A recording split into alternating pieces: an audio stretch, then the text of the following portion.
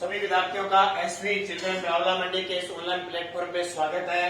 तो कक्षा 10 और अध्याय प्रथम चल रहा है हमारा स्वर्णिम भारत और सामाजिक विज्ञान। टारगेट 90% प्लस नंबर बनाने हैं, बस एक ही टारगेट के साथ हमें। और ये पहला अध्याय काफी लंबा चल रहा है। हम पढ़ रहे हैं गुप्त की सांस्कृतिक उपलब्धियां पढ़ी थी, आज पढ़ेंगे गुप्त समाज।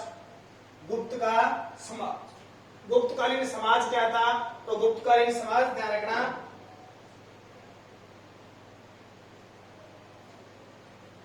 गुप्तकालीन वह समाज है, वो 4 वर्णों में विभक्त था। थोड़ी थोड़ी बातें बता देता हूं मैं आपको, इतना इंपॉर्टेंट नहीं है।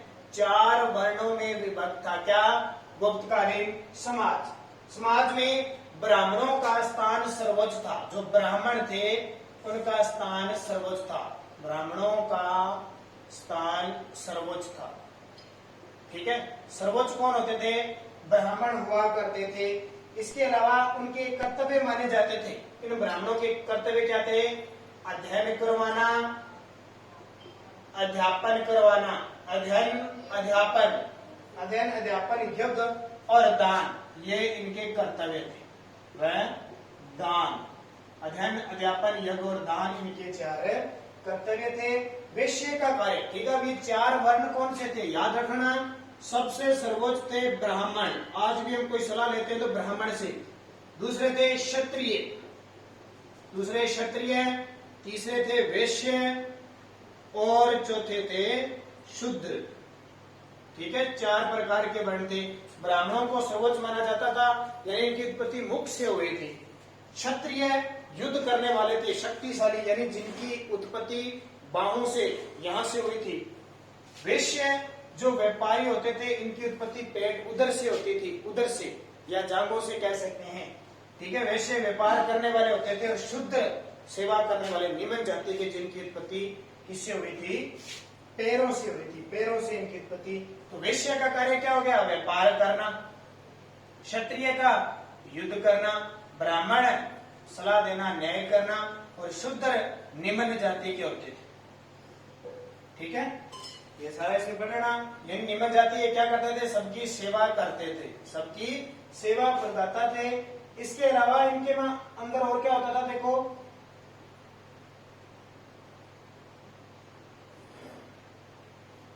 ठीक है। स्त्रियां जी, स्त्रियों का भी महत्वपूर्ण स्थान था और यज्ञ वगैरह होते थे, धार्मिक अनुष्ठान होते थे, तो पुरुष के साथ स्त्रियां भी क्या लेती थी? भाग लेती थी। स्त्री शिक्षा का प्रचलन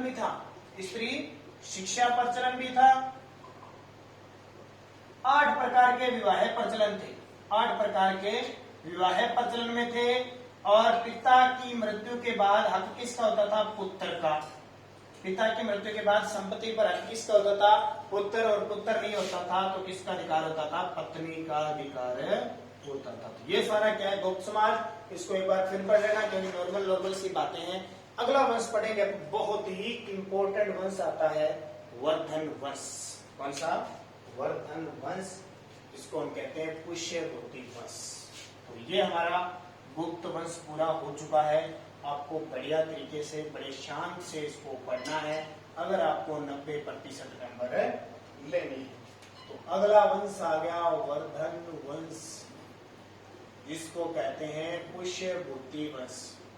पुष्यभूति वंश भी कहते हैं। अब इस वर्धन वंश का संस्थापक कौन था? तो पुष्यभूति था। कौन था? पुष्यभूति था। इसलिए इस वंश को क्या कहते हैं? पुष्यभूति वंश भी कहा जाता है। और इसकी स्थापना 6वीं शताब्दी में, इस पुष्यभूति ने 6वीं शताब्दी में दिल्ली के निकट थानेश्वर है, दिल्ली के निकट थानेश्वर में स्थापना की थी। दिल्ली के निकट थानेश्वर में पुष्यभूति ने वर्धन वंश की स्थापना की थी। शुरुआत में इस वंश क्या थे? ये सारे के सारे शिव के उपासक थे, ठीक है। पहले 2 ही होते थे, एक शिव और विष्णु के। तो ये वर्धन वंश के जो शुरुआत के शासक थे, शिव के उपासक थे। बाद में यहाँ का एक शासक आया था, उसने बौद्ध धर्म अपना लिया। अब देखो, इस वर्धन वंश में 4 राजा हुए इंपॉर्टेंट, 4 राजा इंपॉर्टेंट हुए, ठीक है। 4 राजा कह सकते हैं, 3 राजा मेन हुए। एक तो था प्रभाकर वर्धन। कौन सा? प्रभाकर वर्धन। प्रभाकर वर्धन।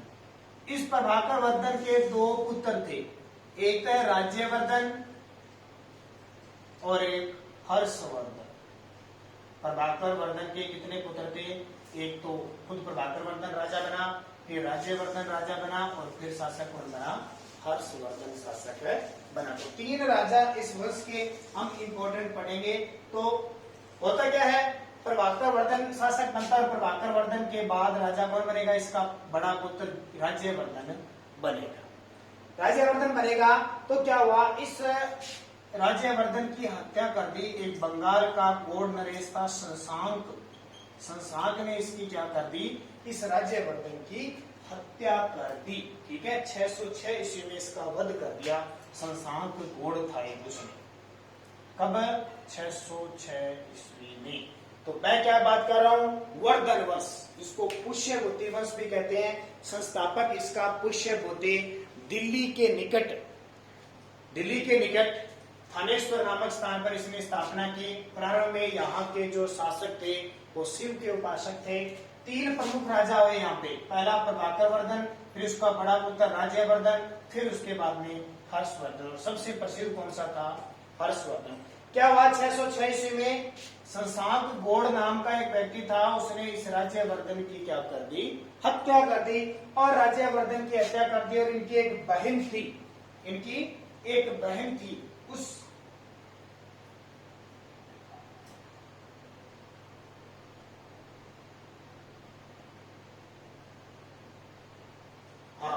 ठीक है, एक इनकी बहन थी राजश्री। इनकी बहन कौन सी थी? राजश्री की भी ये हत्या करना चाहता था। कौन है?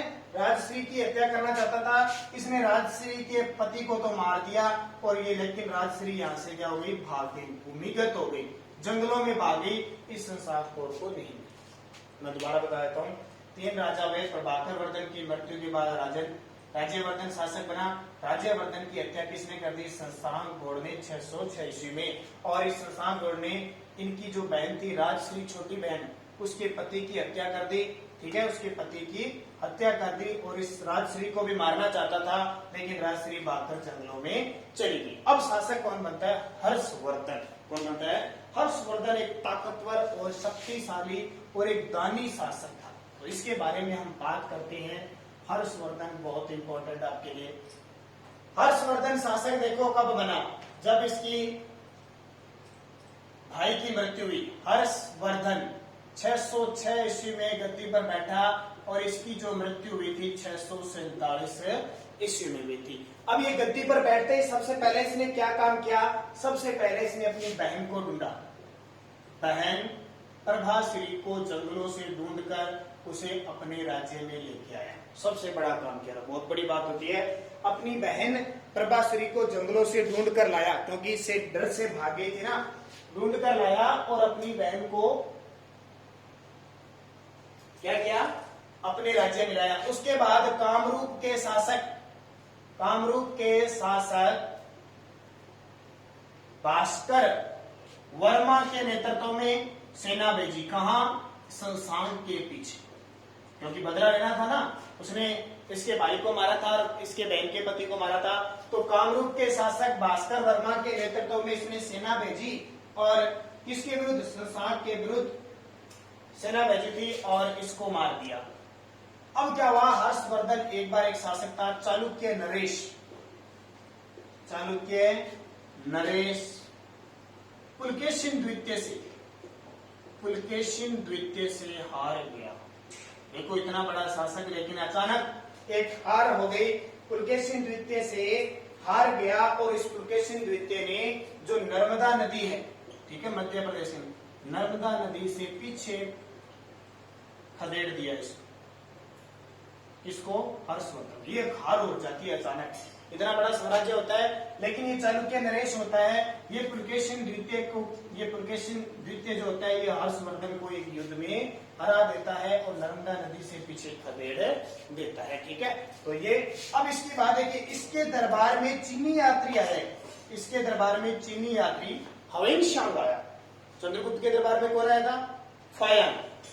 यहाँ चीनी यात्री आता है हवेनशांग। इसके दरबार में आता है। आपसे पूछे कि चीनी यात्री हवेनसांग किसके दरबार में आता है, तो आप क्या बताओगे, तो आप बताओगे किसके दरबार में, हर्षवर्धन के कार में। और हर्षवर्धन की राजधानी कौन सी थी, हर्षवर्धन की राजधानी थी कन्नौज।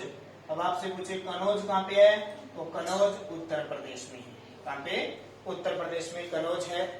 तो हर्षवर्धन, और इस हर्षवर्धन ने उपाधि कौन सी धारण की, तो हर्षवर्धन ने उपाधि धारण की महाराजा धीराज की, महाराजा धीराज, ये याद रखना है। अब देखिए हर्षवर्धन इससे पहले शासक थे, शिव के उपासक थे, और इस हर्षवर्धन ने बौद्ध धर्म अपनाया था। कौन सा, बौद्ध धर्म अपनाया था। और ये क्या करता था आपको पता है, हर 5वें साल एक बौद्ध धर्म का बड़ा सम्मेलन हुआ करता था, बौद्ध धर्म का सम्मेलन हुआ करता था। हर 5वें वर्ष अपनी जितनी भी संपत्ति होती थी ये दान में दे देता था। कौन है, हर्षवर्धन सारी की सारी जितनी संपत्ति थी ये दान में देता था, ध्यान रखना। और आपको पता है प्रयाग, मैंने पहले बताया था, प्रयाग स्थान है गंगा और यमुना का मिलन होता है जहाँ पे, जिसको इलाहाबाद कहते हैं।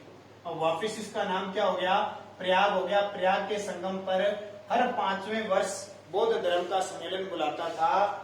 वहां पे बहुत सारे भिक्षु भिक्षुण ब्राह्मण सबको, दीन दुखियों को बुलाता था और अपनी सारी संपत्ति दान में दे देता। और इसके बारे में कहते हैं कि हर्षवर्धन ऐसा शासक था जो अपने कपड़े, अपने खुद के आभूषण दान देता था और अपनी बहन से मांग कर कपड़े पहनता था, इतना दयालु था। खुद ये हवेनसांग छठे बौद्ध धर्म के सम्मेलन में उपस्थित हुआ था, भाग लिया था। इस हवेनसांग में भी छठे बौद्ध धर्म का जो सम्मेलन हुआ था उसमें भाग लिया था। किसने, इस हवेनसांग में। तो हर्षवर्धन इतना उन्नत था। और आपसे पूछे, अब आपको पता है बौद्ध धर्म की 2 शाखा होती है, एक तो हीनयान और एक महायान, हीनयान और महायान। आपसे पूछे जो हर्षवर्धन है वो किस शाखा का न्यायी था, तो महायान शाखा का अन्यायी था। तो ये हर्षवर्धन के कोई संतान नहीं थी, निसंतान इसकी मृत्यु होती है। इस कारण ये वर्धन वंश क्या हो जाता है, समाप्त हो जाता है। तो बात समझ में आई, दोबारा एक बार रिपीट कर देता हूँ। हर्षवर्धन 606 ईस्वी से 647 ईस्वी, इसकी बहन कौन थी, प्रभाश्री। जब ये गद्दी पर बैठा तो इसको बदला लेना था अपने भाई का, और किसको ढूंढना था, अपनी बहन को। तो इसने जंगलों से अपनी बहन को ढूंढा और अपने दरबार में लेके आ गया। कामरूप के शासक भास्कर वर्मा प्रथम को सेना लेकर भेजा और इस संसार का क्या कर दिया, दमन कर दिया। अचानक क्या हुआ, चालुक्य नरेश था एक, आगे पढ़ेंगे चालुक्य वंश पढ़ेंगे, चोल वंश। चालुक्य नरेश पुलकेशिन द्वितीय ने इस हर्षवर्धन को नर्मदा नदी से पीछे खदेड़ दिया। इसके दरबार में एक चीनी यात्री आया था, हवेनसांग। कौन आया था, हवेनसांग, याद रखना। इसने राजधानी किसको बनाई थी, कन्नौज, उत्तर प्रदेश को। तो इसने बहुत सारे क्षेत्र है जो बंगाल के आसपास है, कन्नौज के, गंगा नदी के, नर्मदा तट, यहाँ क्षेत्र पर अधिकार किया था। उपाधि इसने कौन सी धारण की थी, महाराजा धीराज की। और ये बौद्ध धर्म के महायान शाखा का अनुयायी था। हर 5वें वर्ष वो ये गंगा और यमुना के संगम पर जो प्रयाग बना हुआ है, प्रयाग में बौद्ध धर्म का बहुत बड़ा सम्मेलन करवाता था और अपनी सारी संपत्ति दान करता था।